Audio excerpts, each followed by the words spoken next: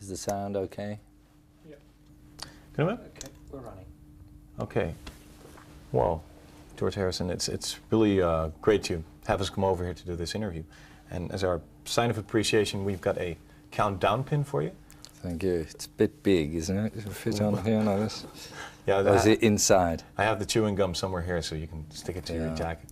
Maybe if you like so there's something inside, is there? Yeah. Just see if you can open it. I see. Thank you. Countdown. That's actually the box that broke Mick Jagger's fingernails a couple of weeks ago. Oh, yeah?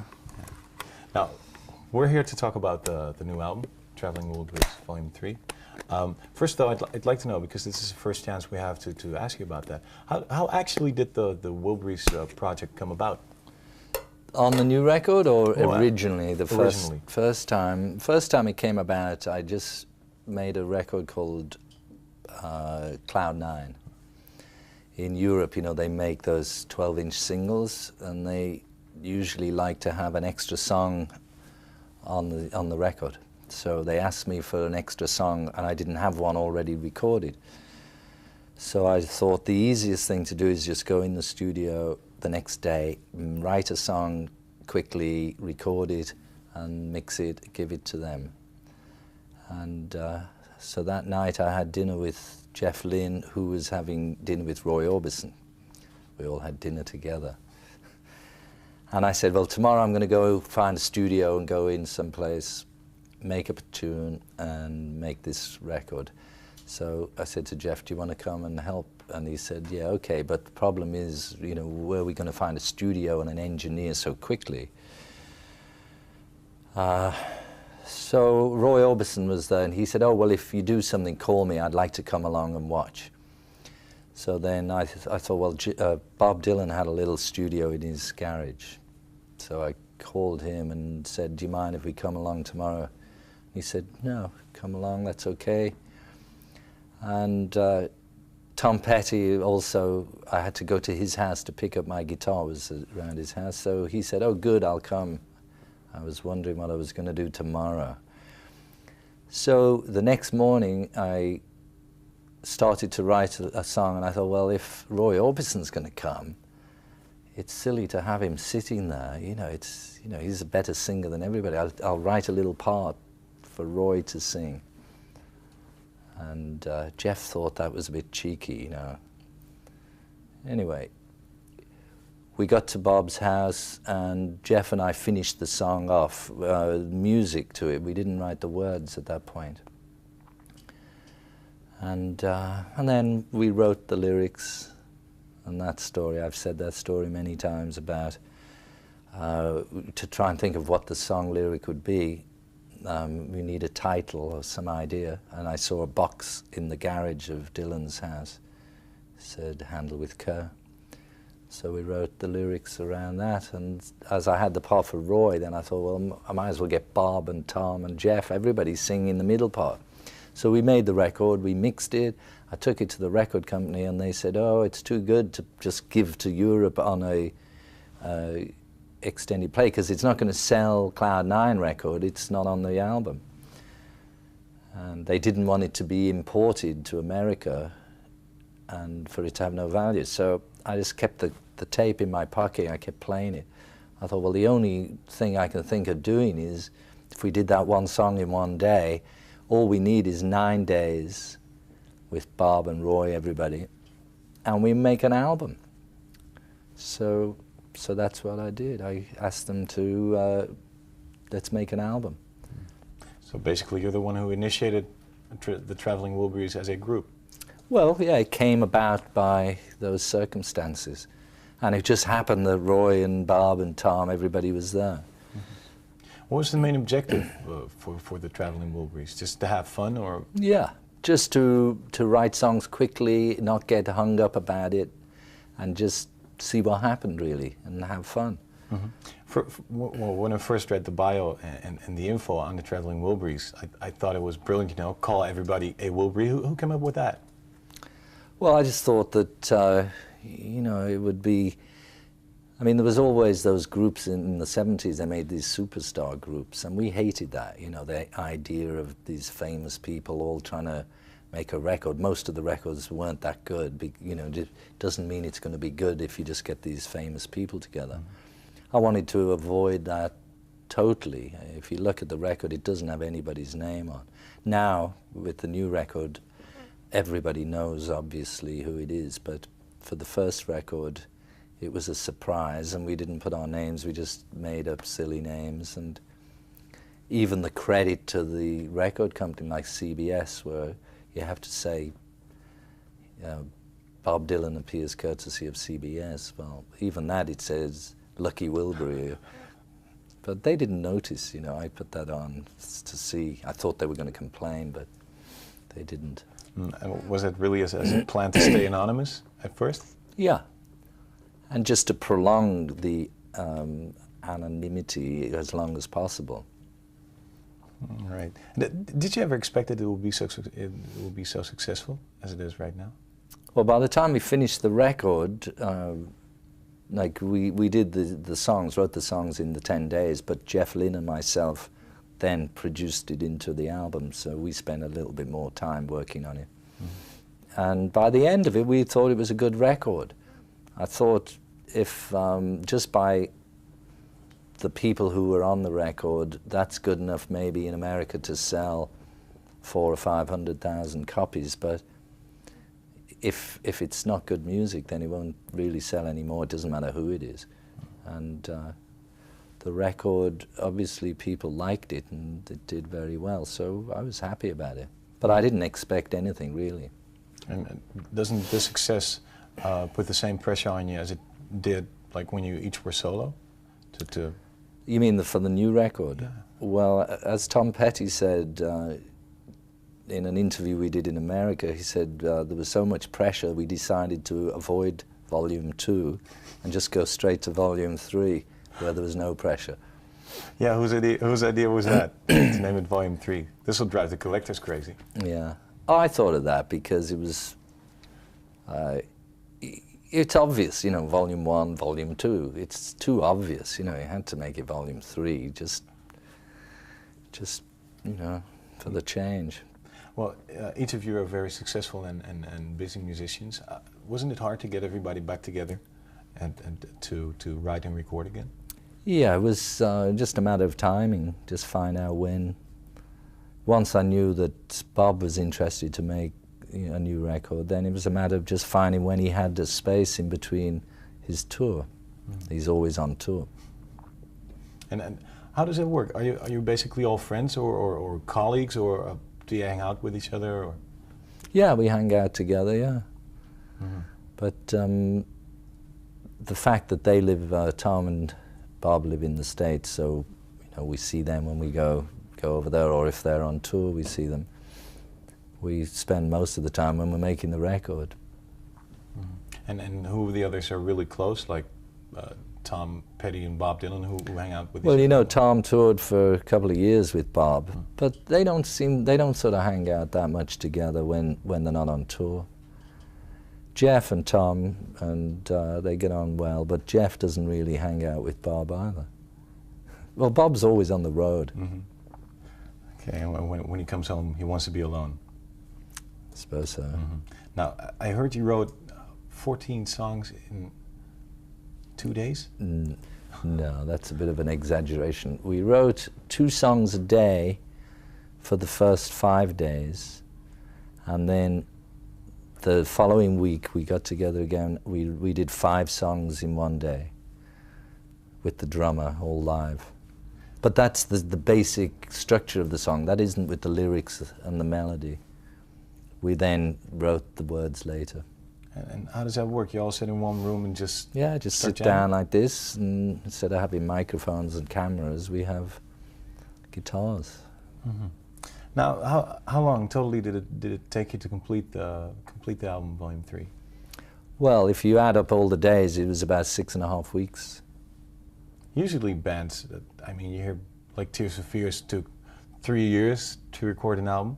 Do you think that's... It sounds like as well, doesn't it? It sounds like it took 3 years.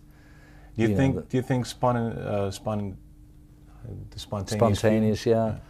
Well, we all, when we made solo albums, we take longer because it's difficult to, to make sure that you're doing the right thing. In the Wilburys, it's a totally different situation with 4 people there. When you write the words, if 1 or 2 people don't like that particular line, then you just write it again. But by the time you've written the words, or are singing the words, then you know that that's final, and that'll do. So you don't get hung up on it because there's shared responsibility. Mm-hmm. So also in the structure of the songs, or the chord change, or the attitude that the song has, it's much easier to determine, because if the moment everybody agrees and starts playing it, that's good enough for me if they all like it. Mm-hmm. Now about the new names. You changed name. You're Spike now. Spike Wilbury. Yeah, it's just a joke, really. I mean, the newspapers already start. At first they didn't know what was happening, and then they all get cocky and they think, oh yeah, Charlie Jr., Tom Petty. So I just thought, just change the name, just to keep them on their toes. Mm-hmm. So with the next album, Volume 5, you'll probably change names again. Yeah. Mm-hmm. Now it's almost 2 years ago since Roy Orbison passed away. Is his influence still there on this album, in a way? Well, I don't know about his influence, but his. We still have the same feeling about him as we had when he was in the band, and we don't sit around talking about him that much, but. And we don't actually write. I think if he was there, you'd tend to write more thinking about his voice. But this time we just wrote tunes, whatever came out that felt good, we used. We didn't think too much about, obviously about Roy's kind of songs. Mm-hmm. And I understand there was some talk about replacement, but... It was talk in the newspapers mainly. We never talked about it. Because you can't replace him. You could get any number of other people if you needed other people. But the way it happened, as I just explained, it just is how it happened. We didn't ask Roy to be in the group till after we'd already made the first record. And it was just the fact that he was there, that he was in the group. Still, who today would make a good, proper Wilbury? Could you name some musicians you'd like to work with? I don't know. There's a lot of musicians I'd like to work with, but the thing about the Wilburys was it just happened, you see. And the moment you start to try and contrive, well, we could have this person, it'd be easier just to make a new group, In fact, that would be the thing. If you wanted to work with other musicians, rather than put them in the Wilburys, it'd be easier just to invent a new name and make a new, different kind of album. Okay, Gary Moore is on the brand new single. Yeah. How did that come about? Well, Gary lives by me. He's my neighbour, and he's been around for a long time. But I've known him just about four or 5 years now. Since he moved, he lived near me. When we did that song, I just thought, well, it had to have a guitar solo put on it, and I could just imagine me or Jeff Lynne trying to figure out a guitar solo that would not really be in that style. And I thought, well, why not just get Gary to play it? He came along, it took him 5 minutes. It's brilliant, great player. You think he's one of the best guitar players in the world? He is, actually. I don't know if from his records yet, if that's come across, but I've had the privilege of seeing him playing, just in a little room, quietly, and he's incredible. I mean, apart from the fact that he's fast, it's not just the speed that impresses me, but he's got a great sense of melody and improvisation, and also pitch. When he bends those strings, he goes straight to the note. It's not all flapping about, in between, like a lot of players. What do you think is keeping him from going all the way in his albums, like doing basically everything? Well, he started out with a heavy metal kind of record. Now his new album, or his latest album, is sort of come backed off from that heavy, is sort of, it's like blues, but more sort of heavy blues.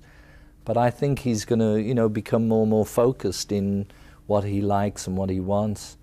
I mean, I like to hear him play some things on acoustic guitars, or all different kinds of things. Because, you know, there's more to him than what you hear just in that loud, big Marshall stack of amplifiers, you know, that kind of style. Traveling Wilburys, Volume 3. Do you still listen to it? Are you proud of the album? Yeah, I love it a lot, really. Very happy with it. Are you more happy with it than Volume 1? Well, I think in a way it's a stronger record. It's more integrated. The first one, you know, was so new to us. We didn't really know what was going to come out of it. We just started to make it, and we finished it, and then we heard what it was like. It's only when you put them all together and you see what it is. But now we had 2 years, and also we were more comfortable, I suppose. It was easier to get together and write new songs, so all the songs were written together. I think it has more of a group feel, possibly, than the first one. I did like the first one a lot when it was done, because it was such a surprise. But I think the second one's just got a bit more bottle. Second album, yeah. I know. Well, what's going to be the title of the third album? Ever thought about that? We don't even know if we make one yet. We have to wait and see if we make a third album, and we see what it's called at that time. Probably Volume 13B or something like that. Who knows? Now, when are the Traveling Wilburys actually going to travel? Well, we're traveling all the time. I just travel now to get here. And when are they going to Bob's travel? on the road constantly. Yeah, but when are they going to travel with instruments? Together, you mean halls, to do a concert? Yeah. I don't know. Ever thought about have it? to wait and see. Everybody, all the time, that's all everybody talks about. But at the moment, we don't have any plan. But it doesn't mean it may never happen. Maybe we'll do something. Okay. Now, what's been your best experience up until now with the Traveling Wilburys? What's really the good thing about it? Well, just the whole thing about it. Just the fact that we were able to get together and produce 2 albums and 4 videos, to me, is it's sort of a bit of a small miracle, really. And then the pleasure of and the fun of writing the songs, recording them, and the various other things that have happened because of the Wilburys. It's just a nice thing, you know. It's a good thing. We're all good friends. It's nice to be able to. It's an excuse to hang out together, really. Where do you get your inspiration from? I know Paul Simon in the Simon and Garfunkel era used to go and sit in the bathroom, lights out, to have his inspiration come up. Where do you go? We just sit in the room where we're writing the song, and we make up the basic song, maybe without the words. Maybe we get an idea or a title, but when we've put the song down onto tape, and then we'll sit there and get a pen and a paper and say, okay, what's this song about? And we start writing like that. It's usually pretty quick. I mean, the songs, some of them, they had a lot of lyrics that taken a little bit of time, still maybe only 2 hours, because there's so much input from 4 people. Okay, well, we wish you lots of luck with the album. Thank you. And we hope to see you in the Countdown studio real soon. All right, thanks a lot. Thank you. Thanks a lot.